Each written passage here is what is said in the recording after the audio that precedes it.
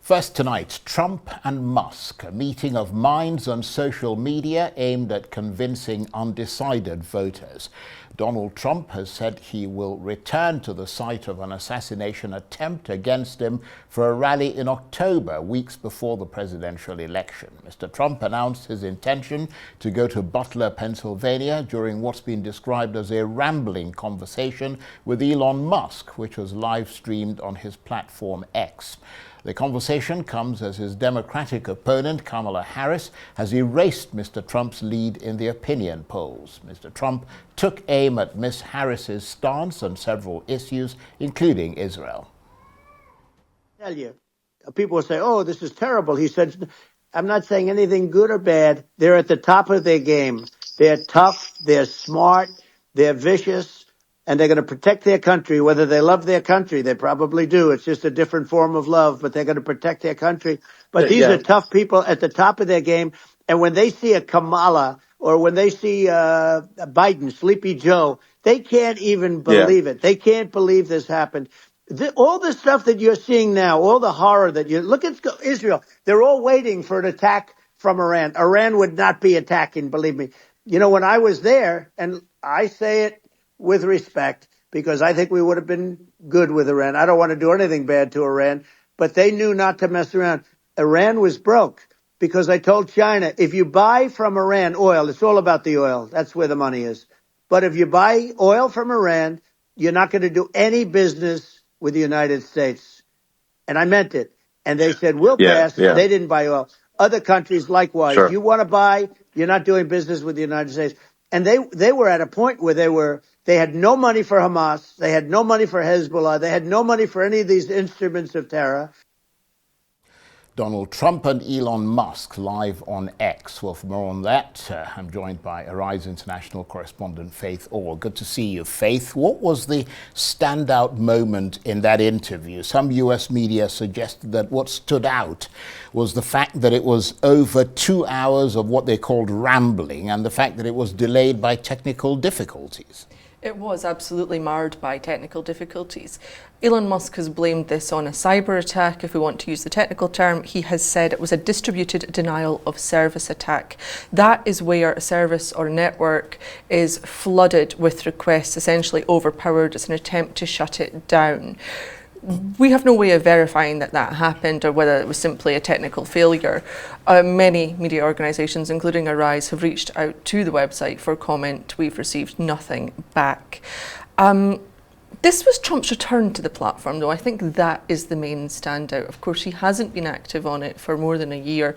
That was when he posted his mugshot. Before that, he had been banned from Twitter, as it was then known, just a couple of days after the January 6 riots in 2021.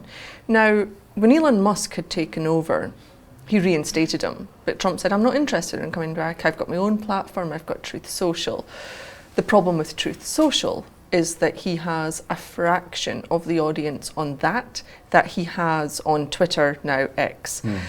And that is why he's returned. This was the way of showcasing that return. And I think that's more what it was about than trying to create any standout moments other than that. It was welcome back, Donald Trump. And in terms of the conversation, which did in fact take place, I mean, this was not a hard-hitting interview with tough questions, was it? It was very much two people who agreed with each other on a lot of things. Absolutely. They tried to bill this as the interview of the century. That was what Donald Trump's team was describing it as. In reality, this was a friendly conversation around 2 hours between two men who routinely praised each other throughout it. I'll just give you a couple of examples of that. So, for instance, Musk described Trump's bravery during that shooting that we saw last month, while Trump congratulated Elon Musk on his firing of staff who had gone on strike, demanding better working conditions. Trump also softened his stance on electric cars. He had previously rubbished them, but since Elon Musk's endorsement of him as the next president, he has said that the cars being made by Tesla particularly are incredible. Tesla, of course, owned by Musk. So we saw lots of that between the two, and we also saw typical Donald Trump for lack of a better word, rambling. He praised Russia's President Vladimir Putin, he praised Chinese leader Xi Jinping, and of course North Korea's Kim Jong-un, describing them all as stand-up guys at the top of their game. So we saw lots of what we're kind of used to hearing from Trump as well. And I was reading American media there. One apparent aim of this interview was to convince some of the undecideds to lean towards Donald Trump. Do you think he would have done that at all? I'm sceptical of that. About 1.3 million people tuned in at the height of it. I'm sceptical that it was for the undecideds because of the topics discussed, because Trump stuck so strongly to what you would describe as his sort of base support topics. He told Musk, for instance, that were he to be re-elected, he would carry out the largest deportation in American history of immigrants. He also insulted Kamala Harris, calling her third rate, describing her as incompetent and a radical left lunatic. He then bizarrely went on to praise her looks, described her as He couldn't resist. The most beautiful actress Donald that's Trump. ever lived. I mean, it was very odd. He compared her to his wife Melania, but also expressed anger at her taking Biden's place, and that is simply because she is polling much, much better than Biden ever was. And I mean, did we learn anything new from Mr. Trump, or was there, as you've hinted there, lots of unsubstantiated claims of the sort we've heard before, and all of them, of course, unchallenged by Elon Musk? Well, exactly. I think unchallenged is the key word for the conversation that we heard. Musk asked lots of softball questions. It allowed Trump to stick to his talking points. And that is key for Trump, I think. He's able to talk about what he wants on immigration, on the economy. He reiterated parts of campaign speeches that he'd carried out. So in no way was this an interview in any traditional sense of the word. It allowed Trump to say whatever he wanted to say. Musk didn't follow up on false claims that were made, including his assertion that other countries were sending their criminals over the border into the US. And importantly, I suppose, particularly to Donald Trump, that bacon prices had risen 4 or 5 times. I like that. But there was some mild pushback at one point from Elon Musk, I think around climate change, wasn't there? There was a very slight clash. It didn't last long, I have to say. Musk brought up the issue of climate change. He had said that he wanted a positive future, talked about tackling global warming. I think he was erring towards a transition towards clean energy. That was the impression I got from him, to renewable energy, which is a very democratic line. Trump replied that global warming isn't the biggest threat facing the world, that nuclear warming is. He then went on to falsely state that 5 countries have got nuclear weapons, when of course, in fact, 9 countries have got nuclear weapons.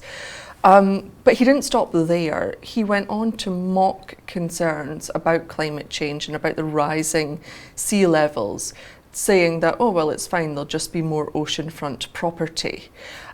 Which of course is alarming for a lot of people. There's islands that are going to be underwater. Now, what's interesting here is that Elon Musk didn't say anything. He was silent. And that is leading a lot of people to question where Musk now stands on that issue. Indeed. And was there the sense that Mr. Trump seems to be struggling to counter the enthusiasm generated by the nascent Kamala Harris campaign, which polls are now showing is pulling ahead nationally and even in several of the key swing states? There really was. Trump described what happened to Biden as a coup. He said it's terrible, it's a sitting president, you shouldn't be doing this to him. He wants Biden back because the polls say that Harris is on track to beat him. There are key swing states there, Pennsylvania, Michigan, Wisconsin, where he was previously leading Biden, but Harris is now leading him. He's trailing by around 4 percentage points in each of those states. Overall, nationally, it shows that Harris is leading 48% to Trump's 47%. So it's still very close, but Trump has lost that lead that he had over Biden, and you can tell he's worried about that. And how have the Democratic Party responded to this conversation on X, or are they not going to be too worried about it? They don't sound particularly worried. They have issued a statement. Kamala Harris's campaign team has issued a statement on, in their words, whatever that was. And they have said Donald Trump's extremism and dangerous Project 2025 agenda is a feature, not a glitch of his campaign. That was on full display. They went on to say that his entire campaign is in service of people like Elon Musk and Donald Trump himself, self-obsessed rich guys who will sell out the middle class and who cannot run a live stream in the year 2024.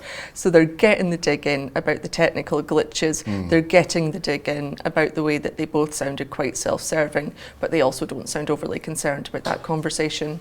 Nevertheless, they will not be thrilled, will they, by the fact that Elon Musk has been a Democrat in the past and supported the Democrats, but now leans in the direction of Donald Trump and the Republicans. Well, no, exactly. I mean, even as far as the last election, we saw that Elon Musk was supporting Biden. He once waited in line for 6 hours to shake Barack Obama's hand.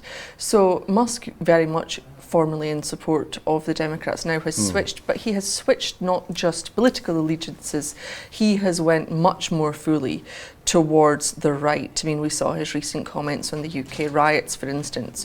So I don't think he aligns with the Democrats anymore. In that way, I don't think they'll be so worried. I believe he has invited Kamala Harris for a similar interview on the platform. We've yet to see if she will accept that. I'd say one thing for certain after all of this, with less than 3 months left of this campaign, both sides will be looking for the next big feature that they can capture the public attention. Very interesting. Faith, thanks very much indeed. Faith Orr is a Rise International correspondent.